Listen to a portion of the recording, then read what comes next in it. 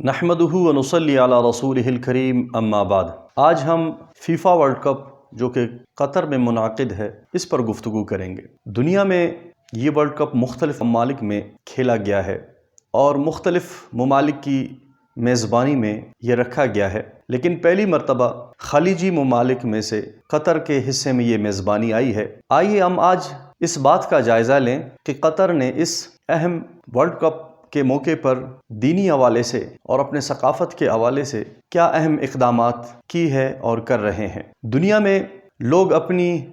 تہذیب، ثقافت اور اس کو اجاگر کرنے کے لیے مختلف پروگرامات کا انعقاد کرتے ہیں۔ اپنے نظریے کی پرچار، اپنے فکر کی پرچار اور اس کی طرف دعوت دینے کے لیے وہ ہمیشہ کوشاں رہتے ہیں۔ اگر ہم آج کے حالات کا جائزہ لیں تو ہم مغربی ممالک جو دنیا میں اپنے ثقافت، اپنی زبان اور اپنے علم کو دنیا میں جتنی وہ پھیلا رہے ہیں، اس حوالے سے ہم مسلمان اس صف میں شامل بھی نہیں۔ اس کی بہت ساری وجوہات بتائی جا سکتی ہیں کہ مسلمانوں میں اتحاد و اتفاق کا فقدان، یا مسلمان جدید علوم کی طرف اب تک صحیح معنوں میں متوجہ نہیں، عالمی سطح پر ان کی معیشت اس اعتبار سے کمزور ہے کہ وہ دنیا کا مقابلہ کر سکیں، یا ان ممالک میں اب تک استحکام نہیں ہے سیاسی اعتبار سے یا دفاعی اعتبار سے یا معاشی اعتبار سے کہ وہ دنیا کا مقابلہ کر سکیں۔ یا ہم ان کمزوریوں میں یہ بھی گنتے ہیں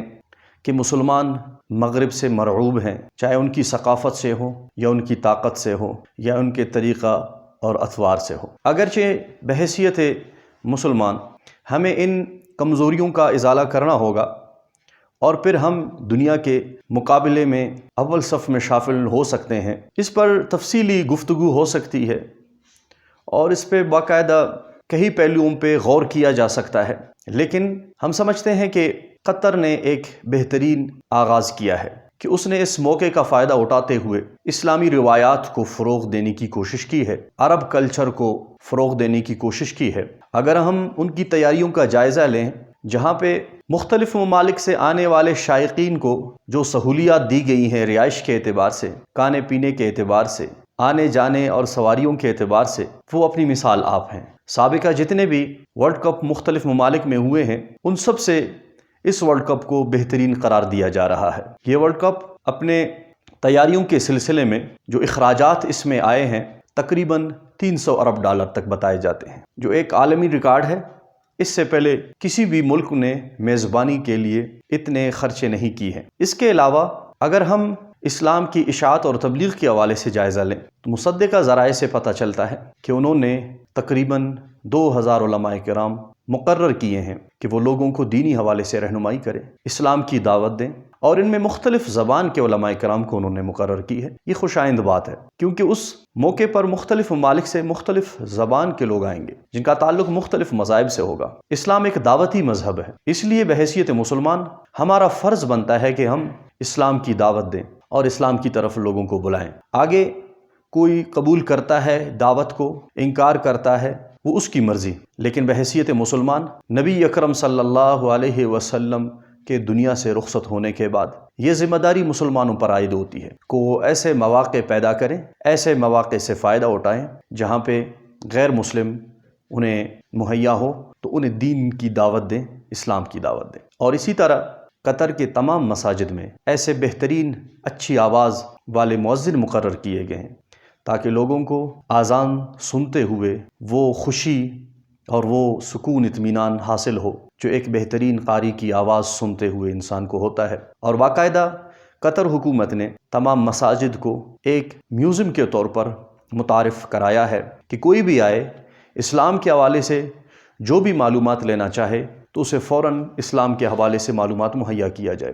اور باقاعدہ قطر کے شہروں میں مختلف چوراہوں پر قرآنی آیات کے تراجم، احادیث اور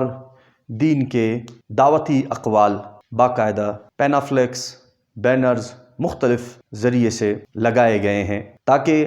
لوگوں کو پڑھتے ہوئے پتہ چلے کہ اسلام امن کا دین ہے، اسلام محبت والا دین ہے، اسلام رواداری اور باہمی ہمدردی کا پیغام دیتا ہے۔ یہ ایک امیج دنیا میں اسلام کا مغرب نے پیش کیا کہ اسلام نعوذ باللہ دہشت گردی پھیلانے والا دین ہے، یا ایک پرانی اور محدود سوچ رکھنے والے لوگوں کا مذہب ہے۔ قطر کے حکمرانوں نے انسانیت کو پیغام دیا کہ اس حوالے سے ان کے خیالات درست نہیں ہیں، بلکہ قرآن کے ہدایات اور رسول اللہ صلی اللہ علیہ وسلم کی تعلیمات انتہائی روشن خیال، معتدل، متوازن ہیں، جہاں تمام انسانیت کو وہ قبول بھی کرتے ہیں، ان کے ساتھ معیشت، معاشرت، سماج میں چلنے کی صلاحیت بھی رکھتے ہیں، اور ایسا اس سے قبل اسلامی تاریخ میں ہوتا رہا ہے۔ ہم امید کرتے ہیں کہ قطر گورنمنٹ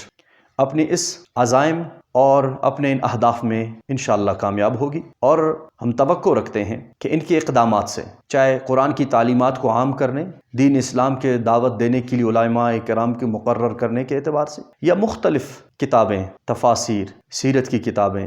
احادیث کی کتابیں جو مختلف زبانوں میں ترجمہ کر کے شائع کیے گئے ہیں، ان کی تقسیم سے دنیا میں ایک مثبت پیغام جائے گا۔ یہ ایک قسم کا صدقہ جاریہ بھی ہے، اور آنے والے دنوں میں مسلمانوں کے لیے ایک انقلاب کا ذریعہ ہوگا۔ ہم سمجھتے ہیں کہ یہ ورلڈ کپ صرف قطر کا نہیں، صرف عرب کا نہیں، بلکہ تمام مسلمانوں کی طرف سے ایک نمائندہ ورلڈ کپ ہے، جس میں بہت ساری چیزیں اگر انسانیت کو دیکھنے کے لیے مل رہی ہے، تو ساتھ ساتھ بحیثیت مسلمان ہم ان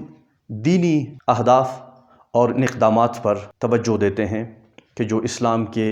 ذریعہ اشاعت ہیں۔ ہم امید کرتے ہیں کہ آنے والے دنوں میں قطر اپنے توازن کو برقرار